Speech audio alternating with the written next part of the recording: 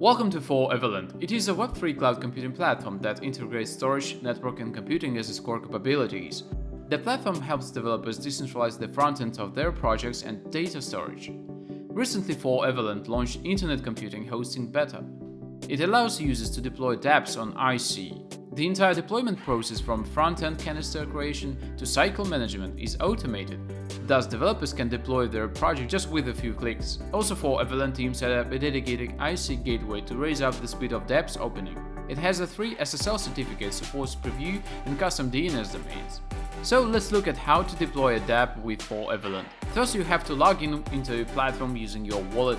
Then you can find a dashboard with main information on your hosting and bucket usage. Let's click on hosting on the left corner of the panel and then find a project from a GitHub repository and click on import button. You can choose a hosting platform, so let's click on Internet Computer. Fill in the project name and click on deploy button. Deploying process usually takes a minute or so. It includes 2 phases, building and syncing to IC. When it has finished, you are welcome to share your project on the Twitter account. Apply to join 4EVERLAND universe and learn more about CLI. Let's click on the project details button. Here you can find project status and link to IC. As you can see, everything works great.